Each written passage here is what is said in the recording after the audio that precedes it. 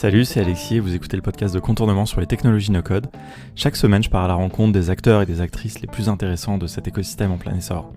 Cette semaine, j'ai eu la chance de recevoir Anselme Jallon, le CEO du NUMA, un acteur historique de l'écosystème numérique français, qui nous raconte comment le no-code a permis de vraiment transformer la société, la faire pivoter et la passer à l'échelle sur une activité de formation. Un super échange que j'ai trouvé passionnant et j'espère que ça vous plaira aussi. Allez, j'envoie l'épisode. Salut Anselme, merci de prendre le temps de répondre à mes questions pour le podcast de Contournement. Alors tu es le directeur général du NUMA, une institution de la tech parisienne qui est issue de Silicon Sentier, la cantine et le camping, des acteurs historiques que j'ai bien connus dans les années 2010. Voilà, vous êtes désormais spécialiste dans la formation et il se trouve qu'il y a pas mal de no-code qui vous a aidé un peu à opérer ce pivot et puis surtout à le passer à l'échelle. Donc voilà, j'espère que tu vas pouvoir nous raconter tout ça. Mais avant toute chose, est-ce que tu peux te présenter s'il te plaît ? Ouais, bien sûr. Salut Alexis. Enchanté de faire ce podcast Radio Contournement avec toi. Donc comme tu l'as dit, je m'appelle Anselme, je suis le CEO de NUMA. Qu'est-ce que je peux te raconter ? J'ai passé les dernières années de ma vie professionnelle chez Faber-Novel. Je suis arrivé en 2012, c'était mon premier job, même si avant j'avais monté une start-up de livraison de petits déjeuners à domicile avec des copains, qui était un peu avant à l'époque Foodora, Gorillaz, c'était un peu trop tôt je pense, et puis avec plein de bêtises, mais évidemment comme tous les entrepreneurs j'ai beaucoup appris à ce moment-là. Je suis arrivé chez Faber, on devait être une quarantaine. Et j'ai eu la chance d'avoir un parcours un peu particulier parce que en 2014 j'ai monté l'activité de Faber-Novel dédiée à l'apprentissage, au développement de compétences, qui s'appelle Faber-Novel Institute, et au change management, voilà, accompagnement du changement, entité qu'on a fait grandir jusqu'à atteindre 65-70 collaborateurs quand je suis parti. Voilà, donc c'était une belle aventure intrapreneuriale chez Faber-Novel avant de passer en début d'année de cette année, là, 2022, chez NUMA et de prendre la suite de Romain qui était le précédent CEO. Voilà. Super. Moi, j'aime bien remonter un petit peu, juste connaître un petit peu ton parcours. Ouais. Parce que je trouve que c'est toujours intéressant. Ça montre aussi un petit peu la variété des gens qui en viennent d'une manière ou d'une autre un peu à être exposés et touchés au no-code. Ouais. Voilà, juste un peu quelles études. Et puis, je sais pas si tu as envie de dire deux mots quand même sur cette aventure entrepreneuriale. Ouais. Il y a quand même beaucoup de gens qui sont intéressés aussi par ça. Ça marche. Et écoute, moi, j'ai pas du tout un profil technique à la base. Je suis plutôt un technophile, techno-curieux, t'appelles ça comme tu veux. J'ai toujours été passionné par la nouveauté, l'innovation, les technologies. Comme beaucoup de petits garçons, j'ai passé ma jeunesse à démonter des trucs, à démonter des radios, démonter des montres. Est-ce que tu arrives à les remonter ? Non, c'est un peu le problème. Ça rendait fou mes parents à l'époque, mais j'aimais bien démonter mais pas remonter. Ouais. Donc plutôt profil, même j'irais pas littéraire, mais en tout cas j'ai commencé par des études de droit. Donc vraiment rien à voir et rien ne me destinait à pas à faire du no-code, mais en tout cas à travailler dans une boîte d'innovation, dans les startups. Ce qui s'est passé, c'est que je me suis rendu compte qu'en faisant du droit, c'était super. Franchement, ça m'a appris à être structuré, à être une certaine forme de rigueur. Mais ensuite, une fois qu'on fait du droit, on fait du droit toute sa vie, quoi. Et donc, c'est un peu ce côté un peu limitant qui m'a orienté vers une école de commerce. Donc, j'ai fait le Lyon après. Où j'ai découvert qu'on pouvait faire plein de trucs et des trucs beaucoup plus variés. J'ai bossé à la direction de la stratégie de la Fnac, j'ai fait du conseil en stratégie et comme je te le disais, j'ai monté une start-up de livraison de petits déjeuners qui s'appelait tidej.fr. Est-ce que c'était pendant tes études ça ou... C'était pendant mes études, ouais. On s'est mis à livrer, alors j'ai plus les chiffres en tête, mais des centaines de petits déjeuners à domicile à Lyon. Okay. Donc c'était vraiment bootstrappé avec quelques copains, on était 5. Et c'était hyper marrant, on respectait pas les sujets de propriété intellectuelle, pas trop, je devrais pas le dire, mais bon, il y a péremption les sujets de sanitaire, etc. Okay. Mais c'était super intéressant sur justement comment tu montes un site internet, un service de livraison à domicile à partir de rien avec nos blanches mains. Et on a appris plein de trucs sur les opérations et sur comment on crée une boîte Voilà. Après, si c'était à refaire, on était trop, t'es pas assez focus. Voilà. Juste par curiosité, justement, parce que moi, le sujet des opérations, c'est vrai que c'est un peu Ouais. ma passion maintenant, parce que je trouve que le no-code apporte énormément là-dedans. Comment vous vous organisiez? Enfin, je sais pas, juste la logistique, parce que j'imagine que c'est quand même une énorme logistique. Ah, écoute, c'était vraiment à la mano, quoi. Donc, Ouais. on passait le matin récupérer nos croissants et nos revues, parce qu'on livrait aussi le journal du jour ou la presse hebdomadaire avec nos petits déjeuners. Donc, on passait le matin récupérer tout ça avec une boulangerie partenaire. Et ensuite, on prenait nos vélos. Et on allait livrer ça à domicile et les commandes étaient faites sur internet. Et vous aviez chacun une liste? Ouais, du coup, comment ça vous arrivait du site? Enfin, je sais pas. Ouais, ça nous arrivait soit par téléphone, donc Ouais. là c'était un peu galère avec le système de messagerie, soit ça nous arrivait sur le site, sur un formulaire type, aujourd'hui ça serait un Google Form, quoi, si tu veux, avec adresse, heure de livraison. Il y avait plein de choses à automatiser, je pense qu'on va reparler pendant ce podcast, ce qui fait que c'était extrêmement chronophage et assez galère rapidement. On a créé un modèle qui n'est pas du tout scalable dès le début, quoi. Ouais. Voilà. Ok, bon écoute, super intéressant. Et donc finalement, tu as donc différentes expériences qui t'ont amené jusqu'à Faber Novel. Ouais. Est-ce que tu veux dire en 2 mots peut-être déjà ce que fait Faber Novel? Ouais, bien sûr. Quand même, en plus, il y a des sujets maintenant no-code avec Unlock, etc. Exactement. Mais pour que les gens situent un peu du coup cet acteur aussi. Ouais, tout à fait. En plus, j'y ai passé 10 ans, donc j'y reste encore assez attaché. Ouais. J'y ai plein de copains. Donc Faber Novel, c'est une agence d'innovation qui a été créée en 2003. Donc ça a quand même un certain nombre, quasiment 20 ans d'ancienneté, avec cette vocation d'aider des grands groupes à travailler, penser comme des startups. C'était le motto à l'époque, qui a quelque peu évolué depuis évidemment. C'était assez précurseur. Parce que en 2003 finalement on parlait pas encore comme aujourd'hui autant du monde des startups, il n'y avait pas de licorne, voilà. Et donc Faber Novel a été assez précurseur sur la structuration de l'écosystème tech, innovation à Paris et ailleurs. On a notamment monté, Faber Novel a monté un des premiers coworking space à San Francisco. Ça s'appelait que Faber Novel opérait jusqu'à l'année dernière, qui s'appelait Paris Soma. Paris Soma, ouais. On y était on était en 2019.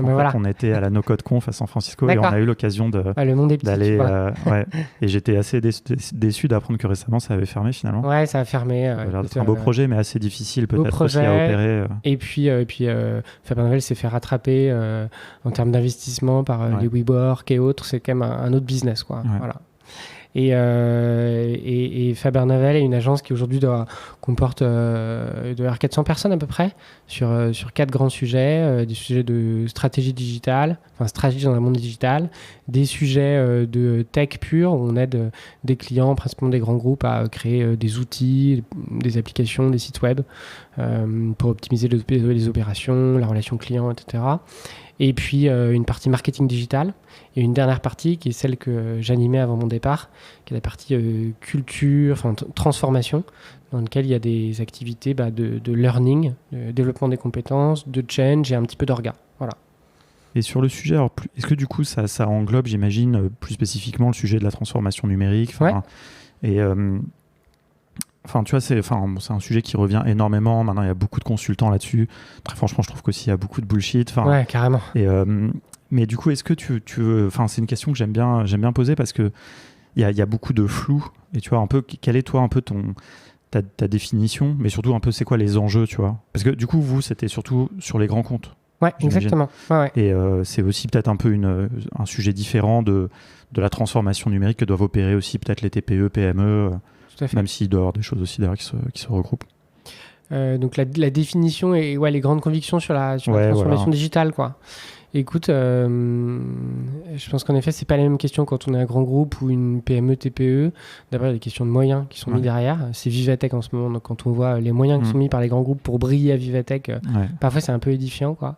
Néanmoins, maintenant qu'on s'est dit ça, si tu veux, pour moi, quand on parle de transfo digital, tu as vraiment un axe avant tout tech, qui est est-ce que je vais m'équiper des bons outils, est-ce que je vais mettre suffisamment d'argent sur la table pour avoir les bonnes techniques, les bons leviers marketing, etc. Et puis derrière, j'ai souvent tendance à dire que la transfo digitale, mais comme toute transfo, en fait, il n'y a rien de nouveau, hein.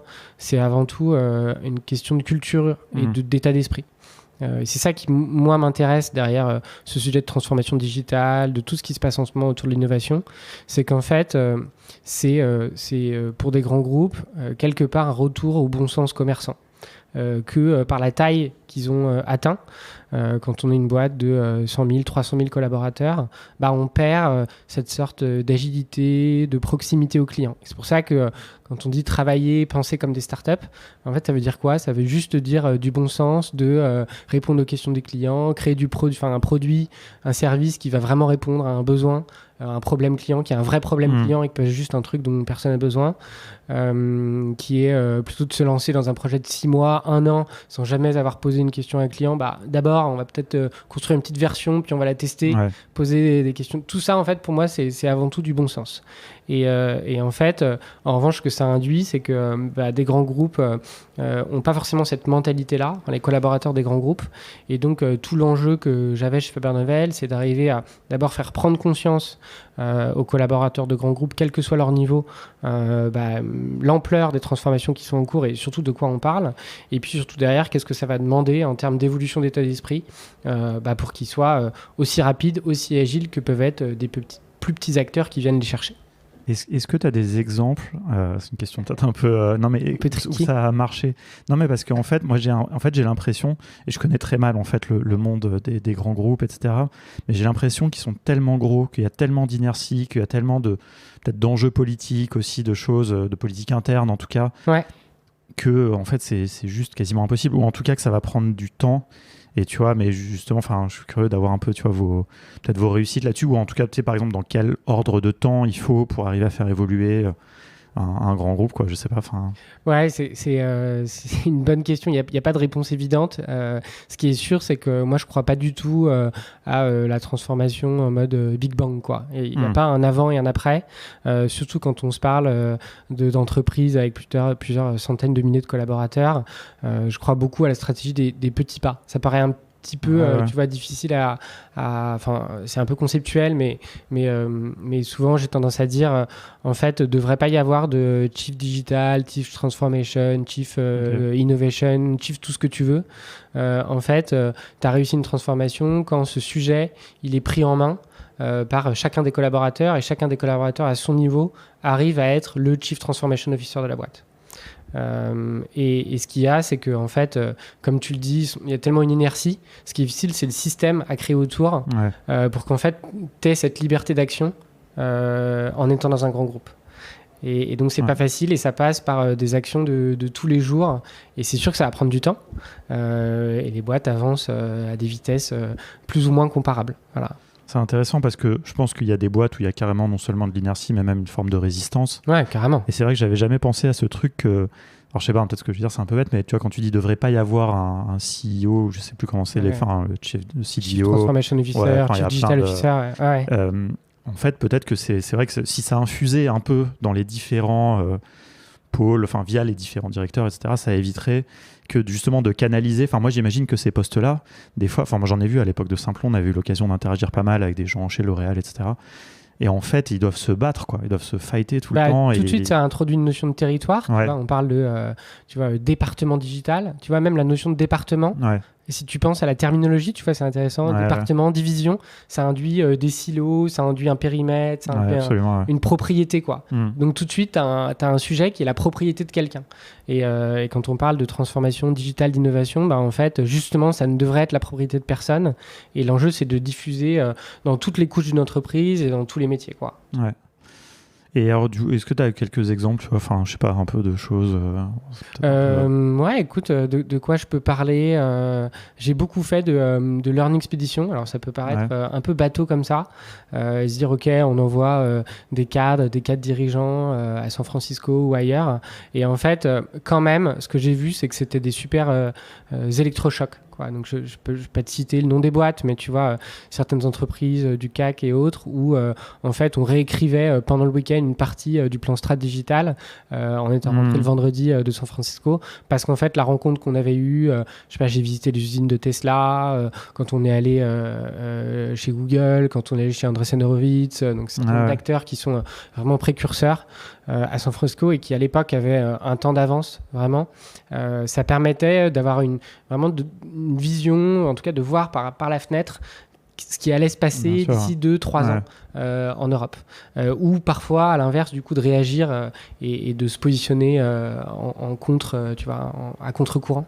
Donc ça, c'était extrêmement intéressant.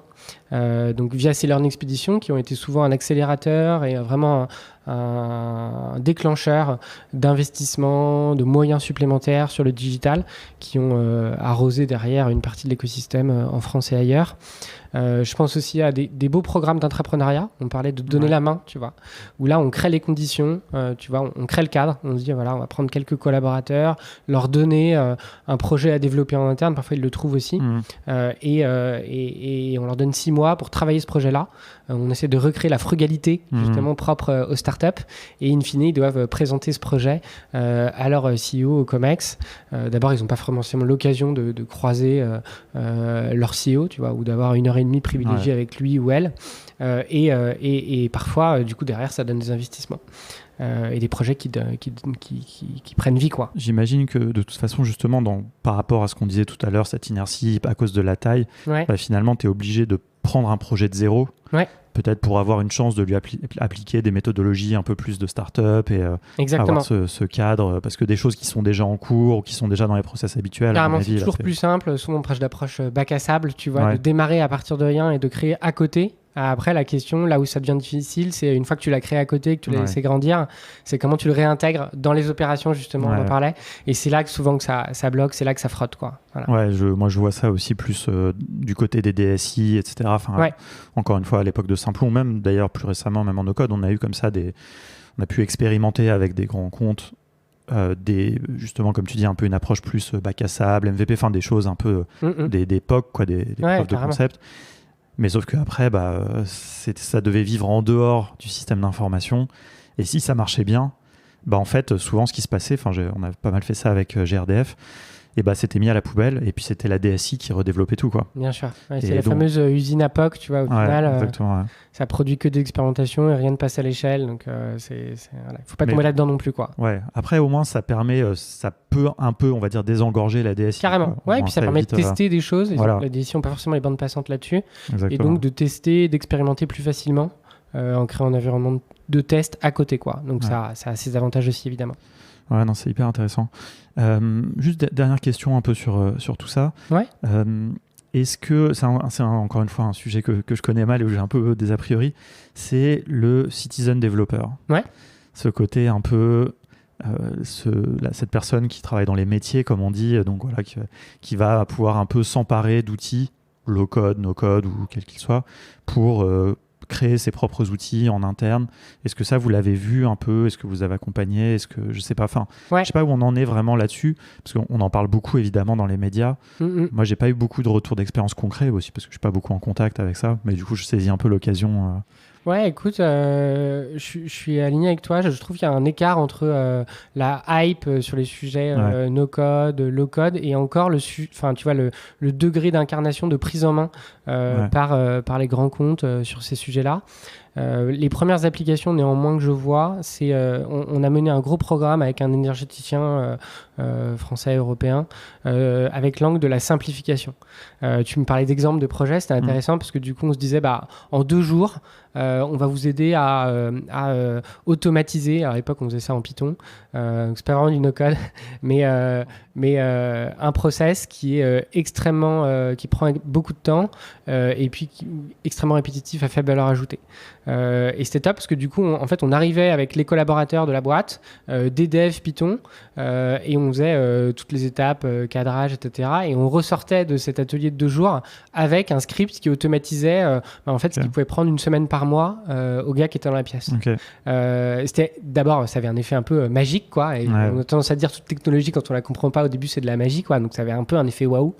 Et ça, c'était assez chouette comme programme. C'est une de mes plus grandes fiertés. C'est un programme qu'on avait appelé Simplified, justement, qui avait très bien fonctionné avec cet angle de simplification. Et en revanche, quand tu tires le fil derrière, ça posait des questions derrière d'organisation, quoi, parce que tu avais quelqu'un qui était en poste et qui se retrouve à plus avoir rien à faire pendant 1 semaine. Alors, tu as beau dire des tâches à plus haute valeur ajoutée, mais in fine, tu as toujours un CFO qui se pose la question, qui te dit mais en fait, là, du coup, on a besoin de moins de monde pour faire les mêmes tâches.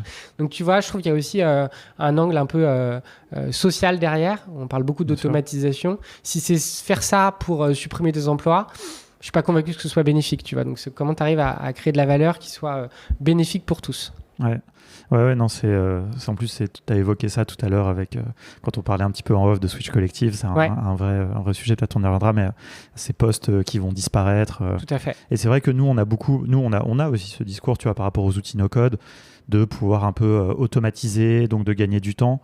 Mais c'est vrai que dans le cadre de quelqu'un, soit d'une TPE, soit d'un freelance, le temps qu'il a gagné, soit il peut ne rien faire, je veux dire, et puis soit il peut travailler plus s'il veut, soit il peut effectivement peut-être trouver ces choses à plus forte valeur ajoutée. Mais plus le poste est spécialisé et tout, plus effectivement, je pense que le temps qui est gagné, des fois, les boîtes doivent pas forcément savoir comment appréhender. Comment l'utiliser, quoi. C'est une nouvelle question qui se pose, ils sont totalement nouvelles, quoi. Après, ça, j'ai envie de dire, c'est des bonnes questions. C'est des bonnes questions à se poser. Mais après, comme tu dis, il y a un angle social où il peut y avoir une tentation aussi de réduire les effectifs, quoi. Exactement, ok, écoute, super intéressant. Écoute, passons peut-être au sujet du NUMA. Alors, on a pas mal de choses à se dire là-dessus.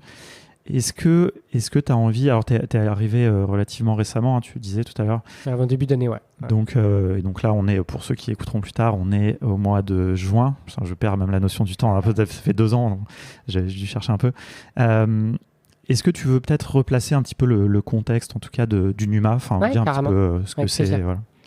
Alors, NUMA, précédemment, s'appelait Silicon Sentier, qui était une association qui a beaucoup participé à la structuration de l'écosystème d'innovation en France, notamment à Paris, qui a participé à la création des premiers espaces de coworking avec la cantine, participé aux premiers espaces, au premier programme d'accélération, d'incubation de start-up avec le camping notamment, qui avait aussi des activités plus B2B à destination des grands comptes, de conseils en innovation, acculturation sur les sujets du digital et de l'innovation globale.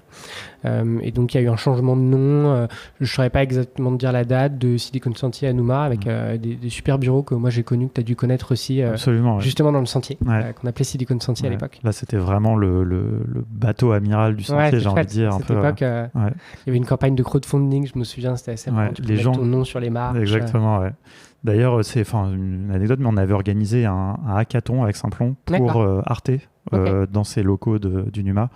Et c'était, pour moi, c'était un des meilleurs hackathons auxquels j'ai participé. J'ai participé pas mal de hackathons d'ailleurs à l'époque, en tant que dev. C'est la grande époque de hackathon. Ouais, voilà. Et là, quand on a organisé celui-là, c'était vraiment super, quoi. Franchement, et notamment grâce au lieu aussi. Donc ça reste un très bon souvenir. Et écoute, pour repartir du lieu, aujourd'hui ces bureaux on les a plus, mais parce que en fait on a tellement changé de modèle que c'est plus pertinent d'avoir ces bureaux à Sentier. On pourra revenir si tu veux. Mais aujourd'hui, c'est vrai que NUMA a beaucoup évolué avec un pivot qui s'est fait. On a beaucoup arrêté de faire des choses pour se concentrer sur quelque chose qui marchait. Ça veut pas dire que le reste marchait pas, ça veut dire qu'on avait quelque chose qui marchait mieux. Parce qu'il y a quand même beaucoup d'activités. Moi, je me souviens, pour autant que j'étais quand même pas mal en contact, je comprenais pas tout ce qui se passait.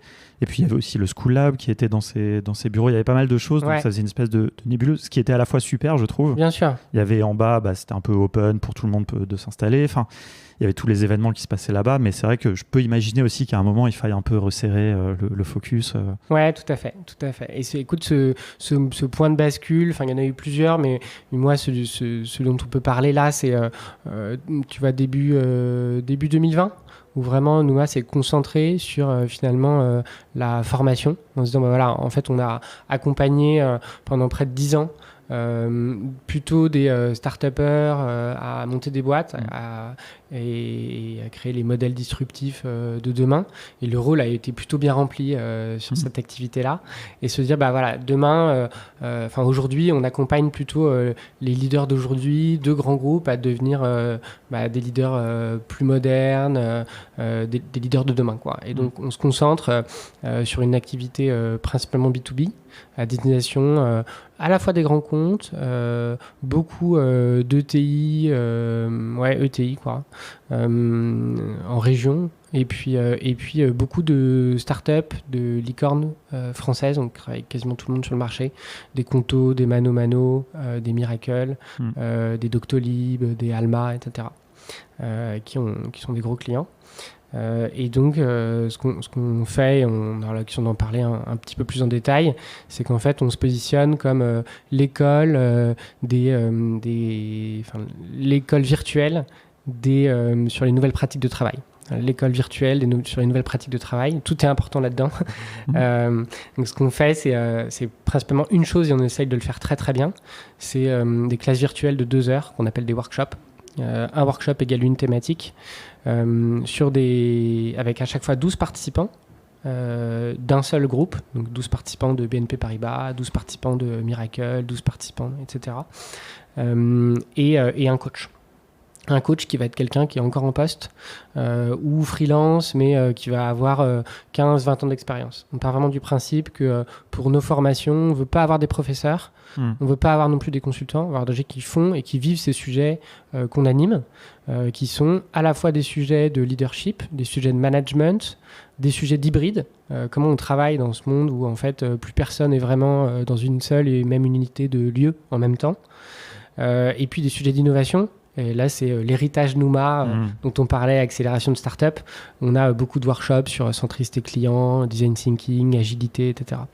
Et donc, ce qu'on fait, c'est qu'on éditorialise, on crée une sorte de playlist, un peu comme un menu ou comme une playlist Spotify. Okay. On va mettre 4 ou 5, entre 5 et 7 workshops sous chaque thématique, sous chaque playlist. Donc, on va avoir une playlist, celle qui marche le mieux que j'ai en tête, on a une playlist courage managérial, où on va aider des jeunes managers, 25, 20, 27, 30 ans, d'abord à rendre excitant ce job de manager dont finalement plus personne ne veut, et puis à les former dans cette prise de poste pour que leur prise de poste soit réussie. Et donc ça va être une suite de 5 à 7 workshops pour les aider à prendre en main ce job. On a une autre playlist sur le courage managérial qui va traiter de sujets qui vont on a un workshop conversation difficile, on a un workshop apprendre à dire non, okay. On a un workshop posture de manager, c'est tout ce qu'on n'apprend pas en fait, soit en école d'ingénieur, soit à la faculté, soit en école de commerce, en école de management justement, et qu'on apprend sur le tas en faisant plein de bêtises. Et donc nous, j'ai tendance à dire qu'on a un super terrain d'entraînement pour les participants, avec ces sessions donc uniquement en ligne, 2 heures, 12 participants et un coach à chaque fois. Voilà. Ok, c'est hyper intéressant parce que je sais pas, moi j'ai toujours été un peu convaincu que le management ça s'apprenait pas, comme tu dis, que ça s'apprenait sur le terrain et tout, et que c'était aussi des compétences un peu intrinsèques en fait. C'est-à-dire que il y a des gens, surtout en France, je trouve qu'il y a beaucoup ce truc, il y a des gens qui sont propulsés managers parce qu'en fait ils en ont pas vraiment envie, mais l'évolution de carrière juste fait que ils sont contraints. Et en fait après quand même, maintenant un peu l'expérience que j'ai, je me rends compte quand même qu'il y a des choses qui s'apprennent, et notamment des choses très concrètes. Enfin, ça me fait réagir quand tu dis apprendre à dire non par exemple. Carrément. Et tant qu'on te l'a pas dit et qu'on t'a pas expliqué comment le faire, surtout de manière concrète, tu le sais mais tu sais pas le faire. Enfin, tu sais que tu dois dire non mais tu sais pas comment faire. C'est apprendre à dire non de manière constructive pour que ça fasse progresser ses équipes, ou apprendre à dire non alors que c'est la 15e fois qu'on doit dire non, quoi. C'est ça qui est difficile en fait. Bien sûr. Et pour revenir sur ce que tu disais, si je peux rebondir, tu vois, tu parles de compétences innées. Moi je suis un convaincu déjà qu'il faut changer le langage. Encore une fois, on parle de terminologie, tu vois. Alors ça se traduit mal, mais on parle de soft skills, hard skills. Autant chez Faber on était beaucoup sur des hard skills, tu vois, former former les gens à la data, au marketing digital. Chez Nouma, on est plutôt sur des soft skills, tu vois. Mais en vrai, on a un biais avec soft skills parce qu'en fait, c'est doux, gentil, etc. En vrai, les compétences managériales, c'est un des compétences qui sont parfois pas du tout faciles à exercer. Dur, quoi. Licencier quelqu'un, faire un feedback à quelqu'un qui s'y attend pas du tout et un feedback négatif. Et puis, c'est des compétences qui sont extrêmement dures à apprendre, justement, parce qu'elles s'apprennent presque sur le tas, quoi. Et l'angle qu'on a via Nouma, ce qui fait qu'aujourd'hui, on a une proposition de valeur hyper intéressante sur le marché, c'est qu'on apporte le moins de théorie possible. Tu vois, on a renversé le 80-20. Tu vois, il y a plein d'acteurs sur le marché, sur le learning, qui se positionnent en disant on va faire des formations à 80% sur le quoi et sur le pourquoi. Mais une fois que tu as compris sur pourquoi il faut faire du feedback et c'est quoi un feedback, tu n'as rien appris. Nous, chez Nouma, quand on a un workshop de 2 heures sur le feedback, tu en sors à 80% sur comment tu fais du feedback. Et donc, c'est finalement principalement que des études de cas, des mises en situation concret avec 12 participants. Donc, c'est très pragmatique et tu en sors vraiment avec des bonnes pratiques, des outils extrêmement opérationnels à mettre en place dès la fin du programme. Voilà. Et il y a un autre truc que tu as dit sur lequel je voulais rebondir, c'est le côté que les coachs sont en poste. Parce que ça, je pense que c'est un truc aussi, pour travailler dans la formation aussi, je vois bien la problématique. C'est, je sais pas si tu connais OnTrain. Si, très bien. Mon copain de Benoît. Ok, d'accord, parce que du coup, j'avais interviewé Guillaume. On parle tout à l'heure là. Et donc, c'était intéressant, c'est lui le premier qui m'a fait réaliser ce truc-là, puisqu'ils ont un peu ce modèle aussi, sur des cibles un peu différentes. Et je trouve ça hyper important et d'avoir des gens en poste en plus des postes intéressants. Et c'est un pas mieux, quoi. Je pense que c'est une des grandes si tu veux, modifications, disruptions, je sais pas si on appelle ça disruption, mais liées au Covid.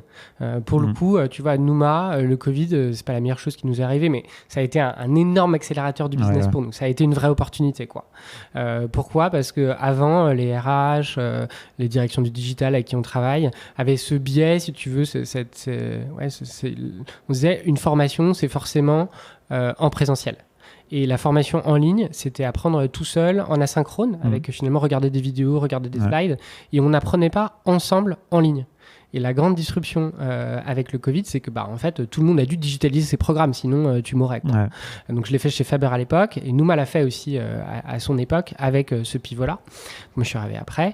Mais ce qui a été fait, c'est de se dire, on va finalement créer ces classes virtuelles, 12 participants, le rendre hyper pragmatique, et finalement, même si c'est en ligne, au contraire, tu vois, c'est en ligne et c'est pas grave, tu vois. Et nos coachs considèrent que faire de la formation en ligne à plusieurs, c'est pas une version dégradée du présentiel. Au contraire, tu vois. Ça, c'est extrêmement intéressant pour nous. Et puis, qu'est-ce que je voulais raconter d'autre ? Ça a aussi permis, tu vois, ce côté distanciel Covid, d'avoir accès à n'importe quel expert finalement à distance. Et donc se dire qu'en fait, si tu as, je sais pas, chez OnTrain, un expert data, mais qu'il est à Lyon ou n'importe où en Europe ou dans le monde, tu peux le faire intervenir dans une classe virtuelle. Nous, c'est pareil. Je saurais pas te dire combien de nos coachs, parce qu'on a une académie de 50 coachs sur ces sujets de management, leadership, hybride, ils sont à Paris ou pas à Paris. Mais t'as même pas besoin de savoir. En fait, j'ai même pas besoin de savoir. Je m'en fiche, quoi. C'est pas le sujet, quoi. Du moment qu'ils ont une bonne connexion internet, ça demande quand même une certaine installation, tu vois. Faut pas le négliger, effectivement. Faut pas négliger, tu vois, parce que du coup, ils ont un super micro, ils ont un peu le système d'éclairage d'influenceurs Instagram, tu vois. Mais c'est hyper important. Parce que c'est hyper important. Faut que ce soit vraiment quali, quoi. Et du coup, de les faire intervenir. Et du coup, en effet, c'est des gens plutôt en poste ou alors freelance. C'est une partie de leur activité. Pour certains, c'est devenu une partie majeure de leur activité. On a un de nos coachs là qui a atteint 200 workshops animés avec nous, tu vois. On a fêté ça, mais c'est pas le cas de la majorité. Et en fait, pour eux, c'est extrêmement simple parce qu'ils se connectent, ils mettent leurs écouteurs, ils animent un workshop. Et de la même manière pour les participants, tu vois, quand tu travailles dans un grand groupe, dans une PME, dans une licorne, t'as pas forcément le temps de te faire 3 jours de formation pour devenir un super manager. Au contraire, avoir des petites sessions de 2 heures qui se calent dans ton agenda à base d'une fois toutes les 2 semaines, en fait, ça se fait très bien, ça rentre très bien. Et donc, si tu veux, le besoin auquel on répond chez Nouma, c'est se former sans mettre le business, l'opérationnel en pause. Et du coup, ça répond à un gros problème de la formation aujourd'hui. Et le Covid a été plutôt une opportunité là-dessus. Ouais, non, c'est clair. Nous, on a vécu ça aussi un petit peu, contraint et forcé, mais finalement Bien sûr, pour le meilleur, parce que comme tu dis, aussi, c'est important de donner accès en fait au plus de gens possible. Et il y a quand même beaucoup de gens, encore plus maintenant, qui sont salariés dans des grandes boîtes, n'importe où, qui sont pas à Paris, quoi. Ouais, qui sont pas à si Paris. Toutes les formations se passent à Paris, t'exclus déjà, comme tu le dis, sur les coachs, mais même encore plus sur les participants. Carrément. Et ça, c'est vraiment dommage. C'est assez élitiste, et puis du coup, tu te coupes toute une partie de la population des participants. Et puis aussi, ça permet d'avoir des coachs qui sont au plus proche du terrain, au plus proche du métier, quoi. D'avoir vraiment des faiseurs, des praticiens, quoi, tu vois, de ces sujets de management, leadership hybride, et pas des gens qui l'ont théorisé via des recherches. Et voilà, chacun son avis là-dessus, mais moi j'ai le mien. Ou des consultants qui le vivent pas non plus au quotidien, parce que c'est un peu différent d'être dans une boîte de conseil pour être passé par là aussi, quoi. Oui, non, nous on a vécu ça à Simplon, là. Recruter des formateurs aux devs, c'était très difficile. Ouais. Parce qu'en fait, ceux qui étaient le meilleur, c'était les devs qui étaient devs en poste, quoi. Il n'y a que eux qui étaient à jour. Bien sûr. Alors ça ne veut pas toujours dire que c'était des bons formateurs, mais ça c'est une autre problématique. Mais si certains étaient bons aussi, il fallait les accompagner. Il y avait des gens qui étaient très bons en pédagogie, mais qui n'étaient pas du tout à jour, qui n'étaient pas... et donc, c'était problématique aussi, quoi. C'est clair, j'imagine. Bon, ça, c'est un peu le sujet de la formation, mais c'est hyper intéressant. Mais c'est vrai que ça commence à changer. Et ce que je dirais, peut-être que tu me confirmeras, mais encore une fois, par rapport à ce truc d'être en poste, c'est qu'il y a plein de gens qui aiment bien faire un peu de formation. Ouais. Mais pas faire que ça non plus, quoi. Ouais, carrément. Donc, même, je pense que s'il faisait que ça, il s'épuiserait, quoi. Je pense que heureusement, notre coach qui a fait 200 workshops, il a pas fait 200 fois un feedback, tu vois. Parce que sinon, je pense que tu pètes un câble. Mais je pense que ça peut apporter, tu vois. Former, finalement, c'est se remettre en question, c'est un effet miroir, c'est une prise de recul. Et puis aussi des gens un peu comme moi qui aiment transmettre.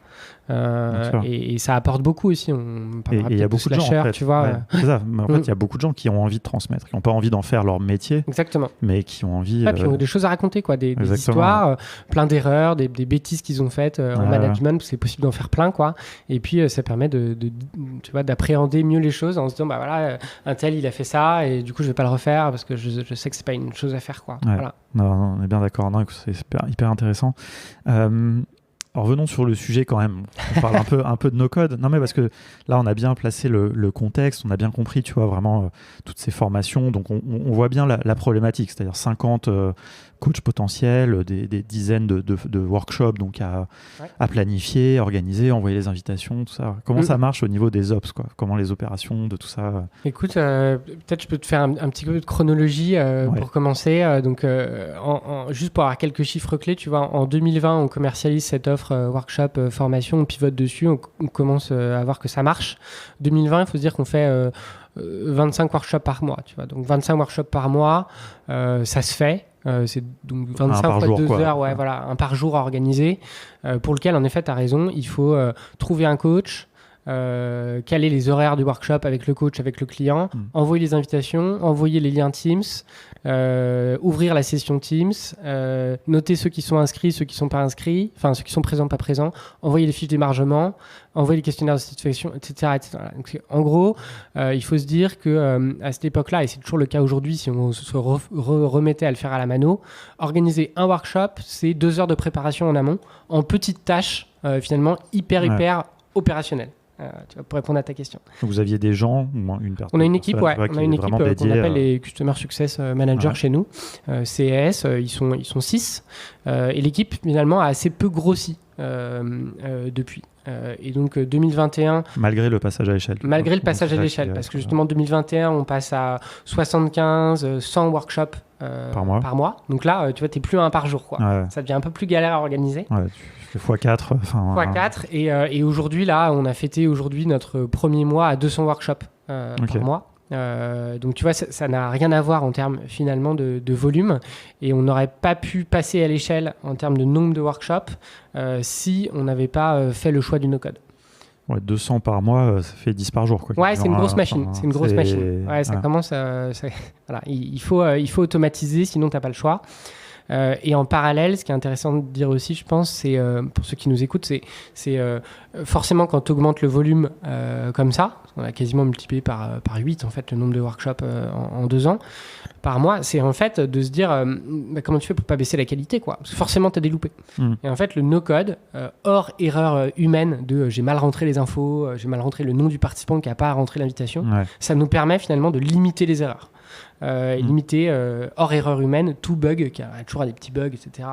Évidemment, mais et ça nous a permis d'augmenter la qualité et surtout de manière constante. Quand tu regardes les courbes, non seulement on a une courbe assez exponentielle en termes de nombre de workshops, et pareil sur la qualité, quoi.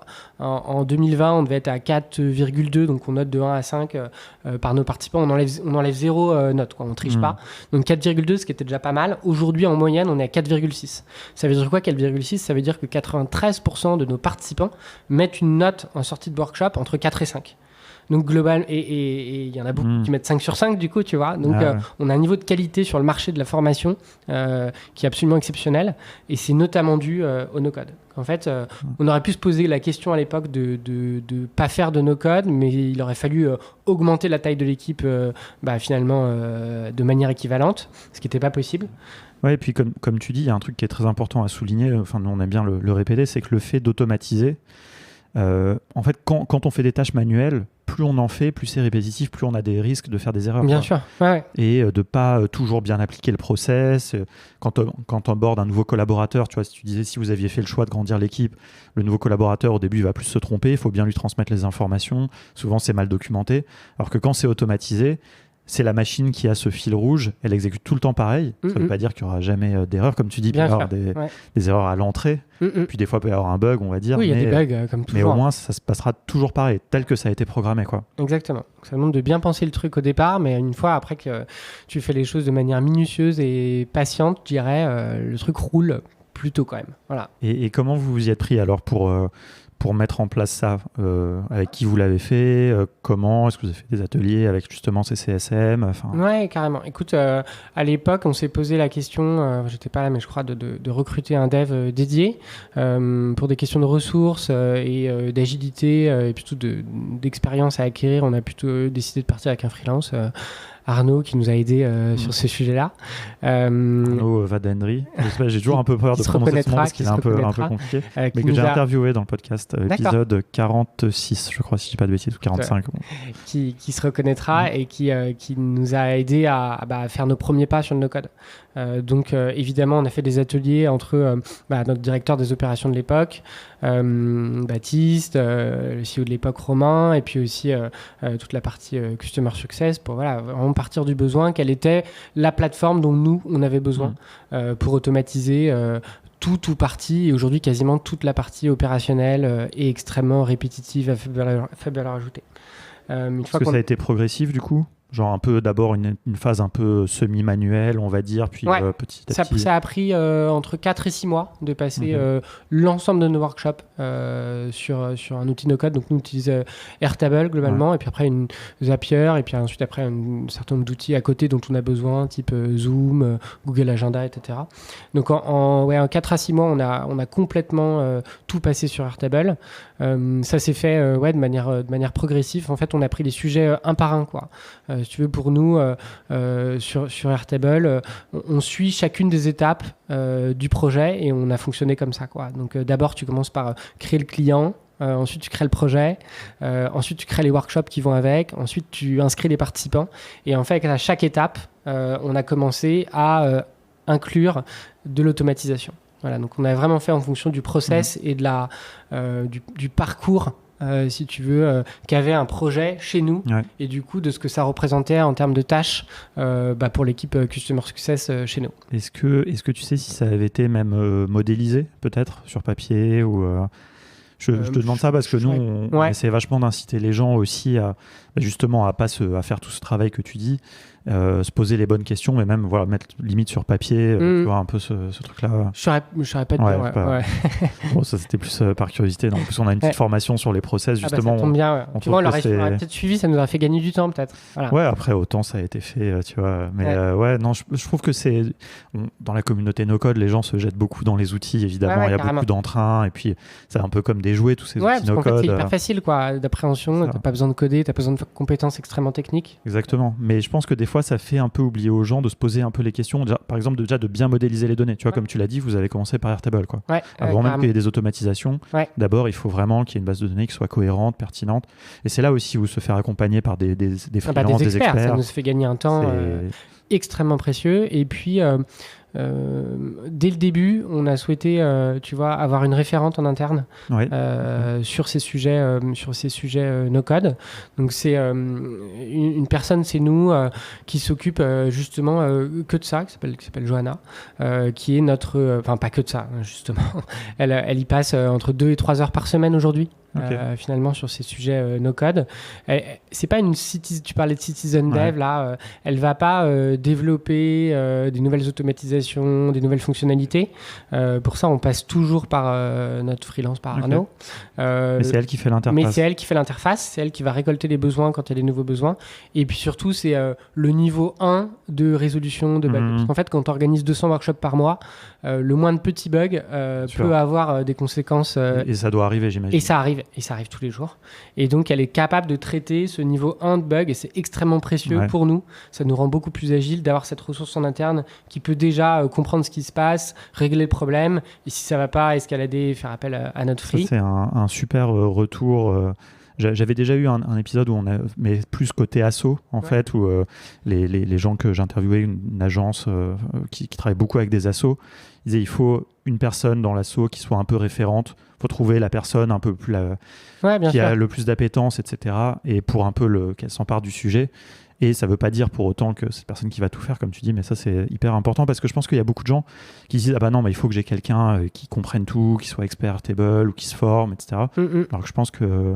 Est-ce qu'elle s'est formée un peu, par exemple, ou c'est Arnaud qui lui a transmis? Ouais, c'est Arnaud qui lui a transmis. Beaucoup, nous, on est très communication asynchrone chez Nouma parce que c'est ce qu'on prodigue à nos clients. Hein.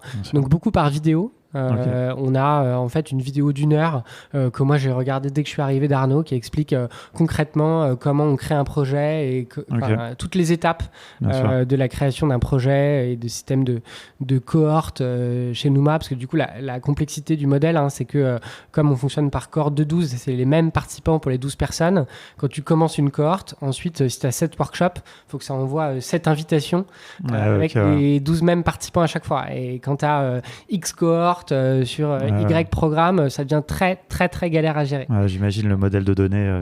C'est pas évident. Et donc typiquement c'est une vidéo d'1 heure qui explique vraiment pas à pas comment on fait. Quoi. Donc beaucoup par formation asynchrone et puis après beaucoup sur le tas en fait. Et ce qu'elle fait et elle fait un super boulot. D'ailleurs c'est l'occasion de souligner son excellent travail évidemment, mais elle met à jour aussi beaucoup le FAQ, enfin le système d'aide et qui permet en fait parce qu'évidemment tout le monde s'est formé finalement en interne sur Airtable, c'est notre outil quoi. On dit chez Nouma qu'on n'est pas une edtech et aujourd'hui on est assez peu identifié comme une edtech, mais en vrai si Airtable plante demain, la boîte explose quoi. Donc je sais pas si ça nous positionne comme une edtech. En tout cas, on a réussi à scaler, à passer à l'échelle en faisant sans avoir aucun dev qui code et principalement en s'appuyant sur des outils no code comme Airtable. Donc ça c'est assez chouette à raconter quand même. Et qu'est-ce que je veux dire après? Et du coup ça permet à tout le monde finalement aussi de monter en compétence via ce FAQ qu'elle met à jour et du coup de comprendre comment on fait tel type de projet qui va sortir un petit peu plus de l'ordinaire, comment on modifie tel truc. Voilà, elle permet elle, en alimentant cet outil-là, à tout le monde de monter en compétence en continu. Super intéressant. C'est vraiment un très très bon retour d'expérience. Est-ce que vous avez chiffré un peu l'impact que ça a eu, le ROI, j'ai envie de dire. Je sais pas comment ça se calcule forcément, tu vois, mais Tu vois, ce passage à l'échelle. Bon, on a quelques chiffres clés, évidemment, je me suis penché dessus. Donc, ce que je te disais, c'est 2 heures de préparation à peu près pour chaque workshop qu'on a automatisé. Donc, quand c'était 25 workshops par mois en 2020, finalement, tu automatises 50 heures. Bon, ok. Là, quand tu organises 200 workshops, fois 2 heures, 400 heures, tu vois que tu économises par mois. C'est beaucoup, quoi. Donc, tu vois, j'estime, et c'est pas réel de penser comme ça, parce qu'on pourrait pas avoir 2 personnes, 2 ETP qui font ça toute la journée, elles se tirent une balle, quoi. Mais quand même, tu vois, on a une vraie économie de coûts ici, et au-delà des coûts, tu vois, je vois quand on recrute, par exemple, nous, on est une boîte, tu vois, dans laquelle tu viens bosser, chef de projet formation, ou même BizDev, où tu sais que tout ce qui est logistique, formation, tout ce qu'on a automatisé, tu vois, émargement, envoi des questionnaires de satisfaction, envoi des fiches synthétiques, envoi des invitations, etc., qui se fait aujourd'hui de manière totalement automatique, ne sont pas à faire par les équipes. Et ça, c'est un vrai facteur de marque employeur, en fait. Tu vois, quand je fais les entretiens, tout de suite, ça fait partie des questions qui sont posées. Et là, on a une vraie réponse, c'est-à-dire, écoute, non, comparé à la boîte où tu étais avant, tu n'auras pas du tout à te soucier de ça. Au contraire, tu vas pouvoir prendre en main un outil qui est super. Et en plus, moi, je suis assez friand de ces sujets de no-code, te dire, tu vas prendre en main un outil no-code. Et donc, potentiellement, tu vas développer ton employabilité parce que je pense que c'est une compétence qui va être utile plus tard, tu vois. C'est ce qu'on pense aussi. Enfin, tous ces outils-là, à mon avis, tu parles d'Airtable, par exemple. Enfin, moi, je suis convaincu qu'on est à quelques années que ça soit dans un CV, bien sûr, une ligne indispensable, et que les gens ils vont arrêter de mettre bureautique, Word, Excel et tout ça. Exactement. Et mettre plutôt des choses comme Airtable, comme Zapier, comme Make. En tout cas, j'espère, on est un peu... Non, mais carrément. Donc là, tout le monde n'a pas le même niveau, évidemment, mais tout le monde sait prendre en main, tout le monde sait comment fonctionne l'outil. C'est indispensable quand tu travailles chez Doma. Et puis, donc ça nous a servi pour les inscriptions, l'émargement, aussi pour tout ce qui est reporting. Finalement, il y a 2 types de reporting chez Numa. Tu as le reporting pour les coachs, parce qu'on va leur faire un reporting sur quelles ont été leurs notes, les feedbacks des participants et comment ils peuvent s'améliorer. Ça se fait de manière totalement automatisée. On a une vue par coach, donc les coachs accèdent directement sur Airtable. Ils n'ont même pas besoin de demander en fait les notes après les sessions, quoi. Donc ça, on gagne du temps. Ça rentre aussi dans les 2 heures. Et puis après, dans les 2 heures aussi, il y a tout le reporting client. Donc tu vas former, 850 personnes sur le courage managérial. La DRH qui a acheté ce programme, elle a envie de savoir comment ça se passe. Et puis elle a envie de savoir en temps réel comment ça se passe. Bon, elle crée un espace sur Airtable et elle va pouvoir voir en temps réel quelles sont les notes des sessions de la journée, d'hier, de la semaine dernière, les classer, se créer ses propres vues, etc., voir les commentaires, voir quelles sont les prochaines sessions à venir, voir quel est le nom des participants, etc. Donc aussi, on forme nos clients à utiliser Airtable, même si ça reste quand même globalement assez simple une fois que tu as créé la bonne vue. Donc, ça rentre dans les 2 heures aussi d'optimisation de temps gagné, quoi. Petite question un peu technique peut-être, mais juste je suis curieux. Du coup, vous leur donnez accès directement à Airtable ? Ouais. Avec un compte Airtable, ou vous leur créez une vue ? On leur crée une vue, ouais. On leur crée une vue. Ouais. Donc c'est vous qui leur créez et puis eux là ils voient exactement, c'est une sorte de front client, quoi. On commercialise pas tant que tel, c'est pas un argument de vente pour nous, mais quand même ça crée un seul outil de suivi et de reporting pour le client. Et ce que je vois, c'est que mes équipes, elles passent pas 2 heures à créer des slide decks, des présentations PowerPoint sur comment s'est passée la formation la semaine dernière. Finalement, ça crée un outil qui le fait à ta place, quoi. Dans les formations B2B, j'en parlais encore il y a pas très longtemps avec des partenaires, c'est un vrai sujet, quoi. C'est un vrai sujet de c'est reporting, indispensable. Si des services RH, etc., ou des services formation forment des collaborateurs, elles veulent absolument savoir ce à quoi ils ont été formés, comment, dans quel temps. Ouais, mais c'est normal, je veux savoir. Bien sûr. Elle est un peu le ROI, le retour sur learning, tu vois, de ces sujets-là, quoi. Non, mais je te posais la question, en fait, c'est juste parce que c'est un sujet, les interfaces dans Airtable, où on est encore... alors, il y a des gens qui vont construire des interfaces avec des outils comme Stacker, des choses comme ça, ou alors faire comme vous faites directement avec des vues. Et c'est pas encore vraiment facile, je trouve, de donner accès à vraiment un bel espace, tu vois. Ouais, parfois ça peut faire un peu peur au début, quoi, mais finalement le bénéfice, il est tellement immédiat d'avoir accès à toutes les infos sur un seul endroit sans avoir à demander à finalement Numa. Enfin, tu vois, Bien sûr, et une fois que c'est pris en main, c'est vraiment génial pour le client, quoi. Enfin, en tout cas, c'est les feedbacks qu'ils nous font. J'imagine qu'ils préfèrent en plus avoir ça, des choses qui sont quand même très concrètes et bien visuelles que, je sais pas, des fichiers Excel ou des slides où ils peuvent rien en faire. Enfin, ils subissent un peu le. Ouais, c'est temps réel, c'est transparent, c'est modulable. Tu vois, ils peuvent créer des analyses sur le mois dernier, sur 3 mois. Et ils peuvent faire un peu créer les vues qu'ils veulent. Alors, on les accompagne pour ça, évidemment, en démarrage de projet. Et puis, nous, on cache rien, quoi. Tu vois, quand un participant met 0 sur 5, ça arrive, il le voit, quoi. Et donc, ça crée cette transparence qui est assez saine, finalement, d'une relation partenariale. Tu les mets tu leur donnes accès à toi, ton centre de vérité des données, quoi. Ah ouais, c'est le truc que nous on suit, tu vois, on suit quelques indicateurs évidemment pour piloter Numa. On suit chiffre d'affaires, booking, etc. Et l'indicateur qu'on suit aussi, c'est la qualité des workshops. Et donc on suit ça de manière journalière, mensuelle et au trimestre. Et ça, c'est des données qu'on extrait automatiquement d'Airtable. Ça nous agrège les notes moyennes de tous les workshops sur le quadrimestre. Ah non, c'est hyper intéressant. Est-ce que juste une petite question, attends, je vais regarder le temps, non, il reste encore un petit peu de temps. Très rapidement, est-ce que, alors on n'a pas parlé de, je veux juste dire 2 mots sur Switch Collective, on va venir après, juste peut-être un peu sur, en dehors, enfin en même temps, bon, la formation, j'imagine que c'est le plus gros de vos ops.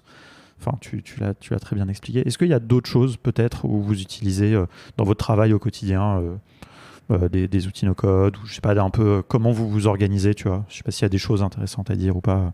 Non, on l'utilise surtout sur les opérations. C'est là où ça a le plus de valeur ajoutée.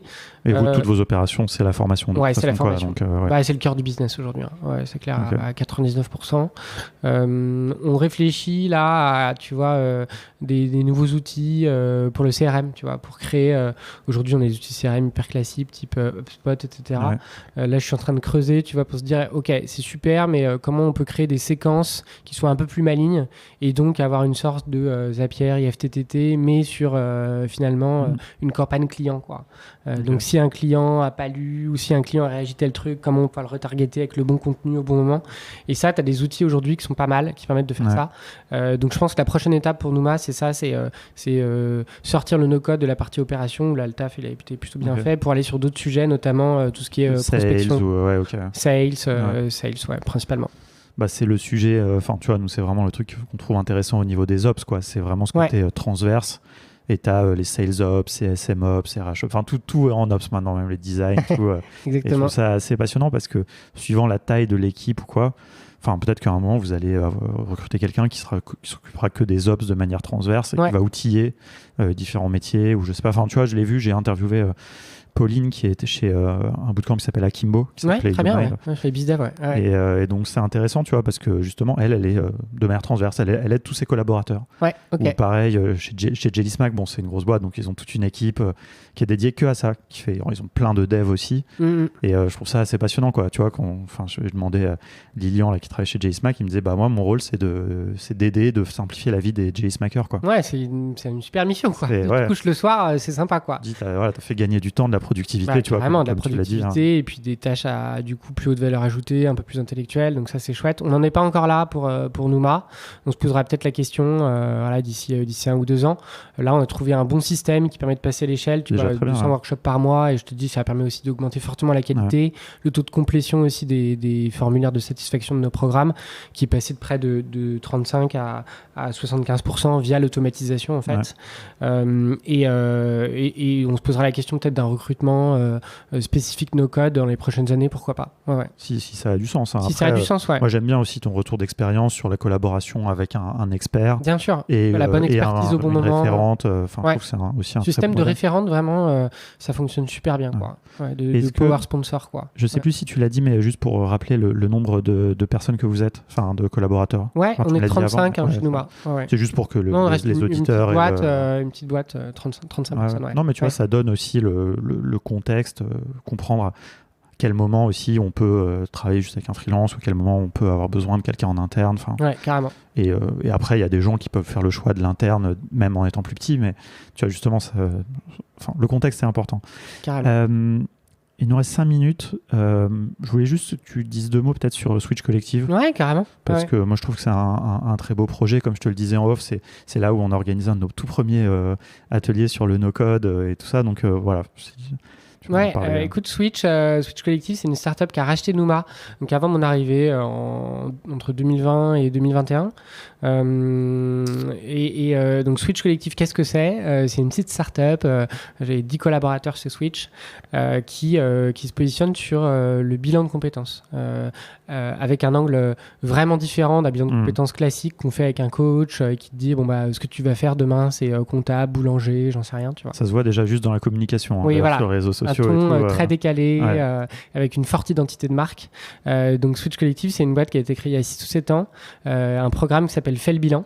De 40 heures qu'on est en train de modifier un petit peu en ce moment-là, qui aide en fait des gens, parce que c'est du B2C, hein, donc tu t'inscris sur la plateforme, c'est financé aujourd'hui en grande partie par le système de CPF, donc du financement public de la formation, et en 40 heures de formation, en 40 heures justement pas de formation mais de session, tu vas avec un coach et avec 24 autres participants, tu vas faire le bilan et en fait redéfinir ce que nous on appelle la boussole, donc ton pourquoi, ton quoi et ton comment, et t'arriver à mieux t'aligner. Donc souvent ça dépasse en fait juste trouver un nouveau métier, c'est trouver un nouveau sens à sa vie, trouver un métier qui a du sens, quoi. Pour moi, c'est vraiment ça la mission et le rôle de Switch. C'est évidemment, tu vois, quand on parle de trouver trouver un métier qui a du sens, quelque chose qui résonne aujourd'hui avec des thématiques de grande démission. On parlait un petit peu, tu vois, d'obsolescence des compétences, d'obsolescence des métiers. Moi, je suis convaincu que, en fait, demain, il n'y a plus de carrière tout tracée, quoi. Le modèle où tu sortais d'école avec un métier, tu allais passer 40 ans dans la même boîte, ça va de moins en moins exister. Et ça, il faut d'abord en prendre conscience. Et donc, finalement, le savoir-faire qui va la première compétence demain, ça va être d'apprendre à switcher, d'apprendre à se remettre en question et d'apprendre à avoir des parcours qui soient moins linéaires. Et donc, tout le monde va devoir switcher. Et en fait, switcher, depuis 6 ans, c'est un parcours, c'est un process qu'on a façonné, construit. Et donc, le programme Fait le bilan, il permet de passer par ce process-là et donc d'aider à définir sa prochaine étape et à se réaligner avec soi-même entre qui on est et ce qu'on fait dans la vie.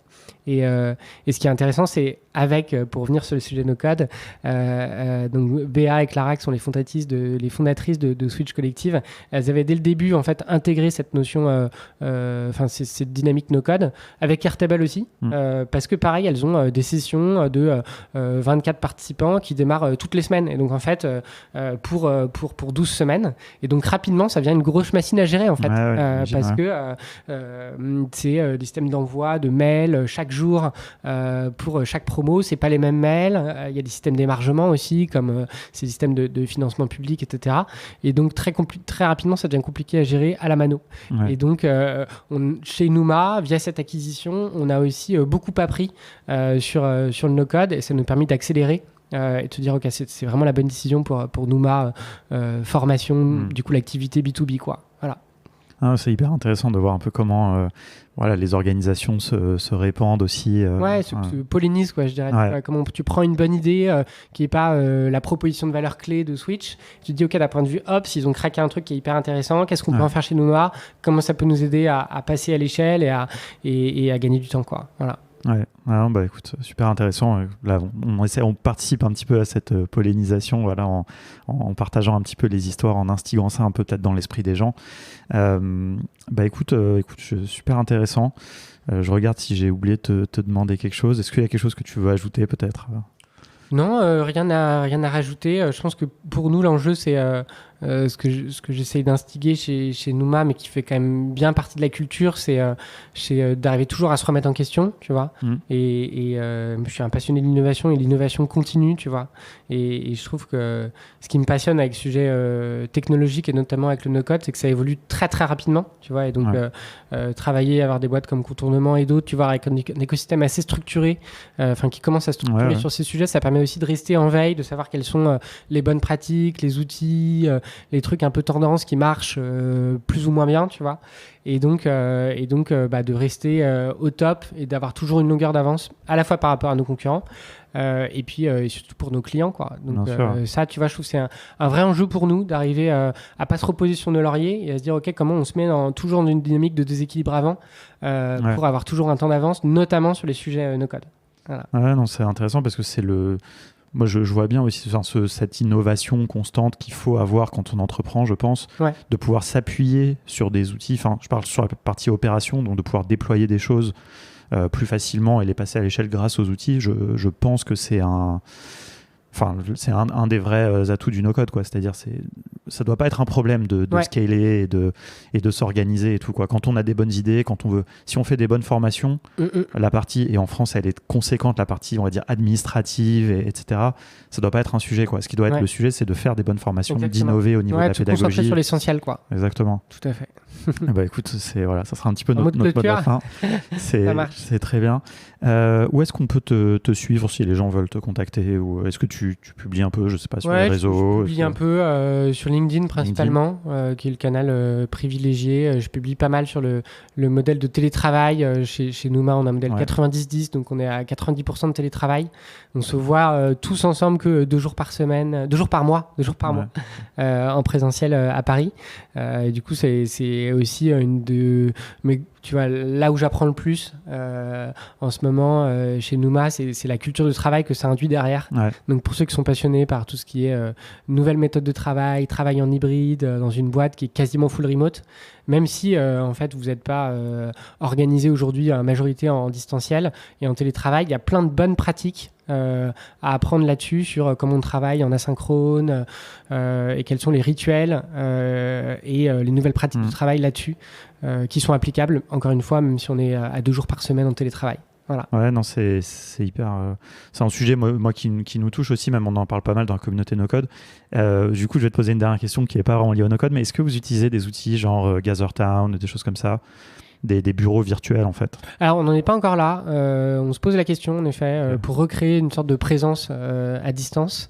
Ce qu'on utilise beaucoup en revanche, c'est les outils comme Loom qui permettent, en fait, c'est un peu une note vocale en mieux, quoi. Tu vois, tu as quelque chose à expliquer à un client, tu vois, tu peux faire un mini pitch de ta propale à un client, ou tu veux expliquer à un collègue un raisonnement que tu as eu, un truc que tu arrives à craquer. Bah, en fait, au lieu d'envoyer un long mail, tu fais un petit Loom, tu te filmes devant ton ordinateur, une vidéo de 5 minutes. En fait, ça fait gagner un temps de fou, quoi. C'est trop bien. Bah, je pense que nous, on est grands convaincus du travail asynchrone en général et de tous les moyens de communication asynchrone. Exactement. Ça fait gagner en efficacité et contrairement à ce que les gens peuvent penser, ça déshumanise pas les relations, bien au contraire, parce que quand tu te vois à la fois en présentiel ou quand tu as des points one-to-one, en fait, tu as éliminé 80% de l'opérationnel via la synchrone en amont, et donc tu peux te concentrer vraiment sur écoute, comment ça va Alexis, quoi, et répondre à la question vraiment, quoi. Un échange beaucoup plus humain, et finalement, encore une fois, on se concentre sur l'essentiel, quoi. Super. Bon, bah écoute, merci beaucoup pour tout ça, et puis à bientôt. Merci beaucoup, à bientôt. Salut.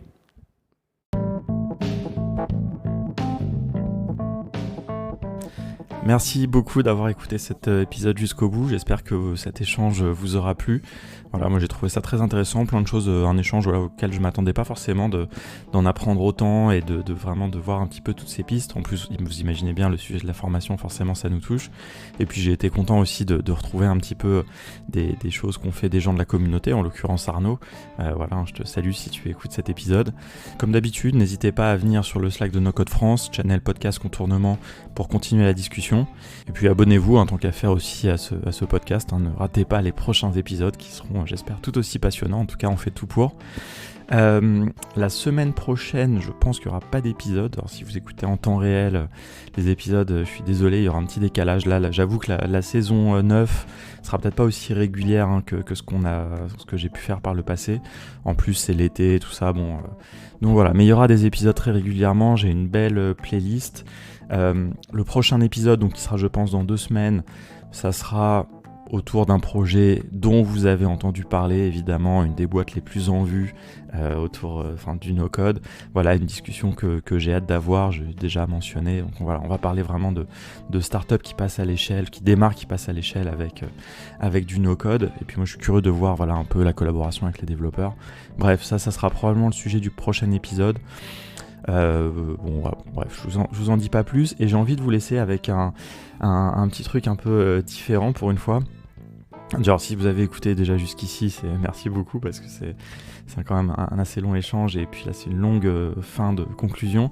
Mais vous l'avez peut-être vu passer, on a un nouveau projet créatif qui est plutôt mené par Erwan, qui s'appelle les Fables d'Ésope. Les Fables d'Ésope, voilà, donc en hommage à Ésope, donc voilà, qui avait écrit des fables là en Grèce il y a très longtemps, qui ont inspiré, voire bien plus qu'inspiré La Fontaine. Et donc voilà, on trouvait que le jeu de mots avec les ops, puisque les opérations, hein, le sujet vraiment qui nous intéresse le plus chez Contournement, on trouvait ça assez rigolo.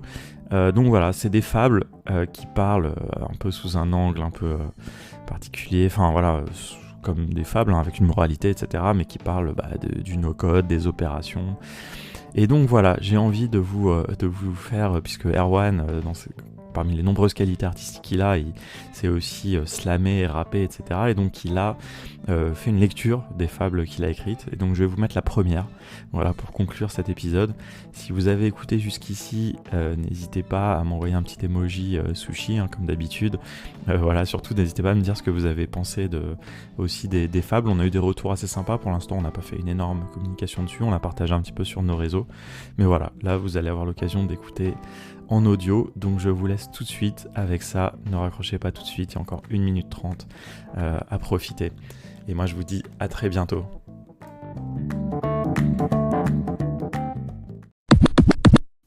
Le tank et la mouche. Une mouche irritait un passant, revenant à l'attaque, stressante. Son insistance rappelle ce truc angoissant, des manips numériques répétitives dont chacun maudit l'existence. Elle tournoie, il crie, elle plonge, il vrille, elle se pose, il fuit. Direction son garage, le fameux, celui des informaticiens et informaticiennes de génie. Voilà le châssis, toute mon ingénierie, mais où est le moteur, où je l'ai mis? Il réunit le canon, le blindage, les obus, la chenille. À jamais il jure, ben voyons, dans toute sa démesure de moyens, de laisser la bourdonneuse en haillons. Un ami, le voyant, lui tendit une tapette, ou plutôt, pardon, une zapiette. Pour ça, utilise du no-code simple, tu ne lis pas la gazette? Pourquoi sors-tu l'artillerie lourde, face au rondin? Il sent Osef, par grommelant des railleries sourdes, dans son engin. La mouche apparaît et là, boum, il tire vers elle. Puissance, énergie, effort, gasoil se déchaînent dans cette querelle. Même si un petit piège astucieux au bout d'un fil lui suffit, il veut ce qu'il y a de plus sophistiqué, l'acier plus que le liège, telle est sa philosophie. Airtable et Zapier? Trop simple. Et vas-y que c'est des grosses couches de encore que je te flanque. Il se perd, il sue, il s'enlise, et paf, rien que la mouche couche le tank. Car il a choisi un outil trop ample. Moralité: à toujours privilégier l'excès de puissance, on finira par foutre le monde en l'air. Une fois assemblées, des briques simples trouvent 1000 sens. Telle est la magie du modulaire.